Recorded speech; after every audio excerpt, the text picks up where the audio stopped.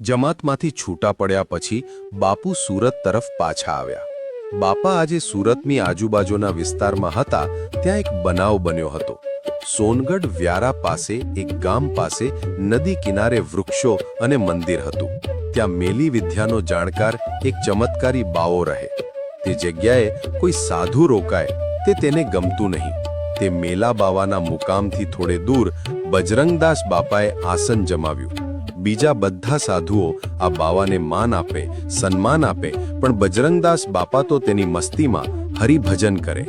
એ આ મેલા બાવાને ખટકવા લાગ્યું અને બજરંગદાસ બાપાને પાઠ ભણાવવાની ધમકી આપે। બજરંગદાસ બાપા ખીજાઈ ગયા અને બાવાને કહ્યું, તારાથી થાય તે કરી લેજે। અને મેલા બાવાએ કહ્યું, આજે બપોરે તું જોઈ લેજે મારી માયા, પછી તારું મગજ ઠેકાણે આવશે। બપોરનું ટાણું થયું। 3 વાગતા બાપાને તાવ ચડવા લાગ્યો। તાવ વધતો જ ગયો।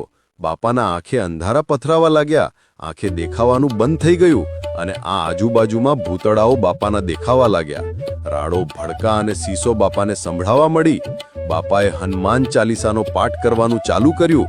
એટલી જ વારમાં પ્રકાશ થયો અને હનુમાનજીનો બાપાને આભાસ થયો। ભૂતળાઓ પ્રકાશથી ગાયબ થઈ ગયા અને બજરંગદાસ બાપાના તાવ પણ ઉતરી ગયો અને બજરંગદાસ બાપા પાછા તંદુરસ્ત થઈ ગયા। આ બધું જોઈને મેલો બાવો બી ગયો અને બજરંગદાસ બાપાને પ્રણામ કરવા લાગ્યો અને બજરંગદાસ બાપા પાસે માફી માંગી।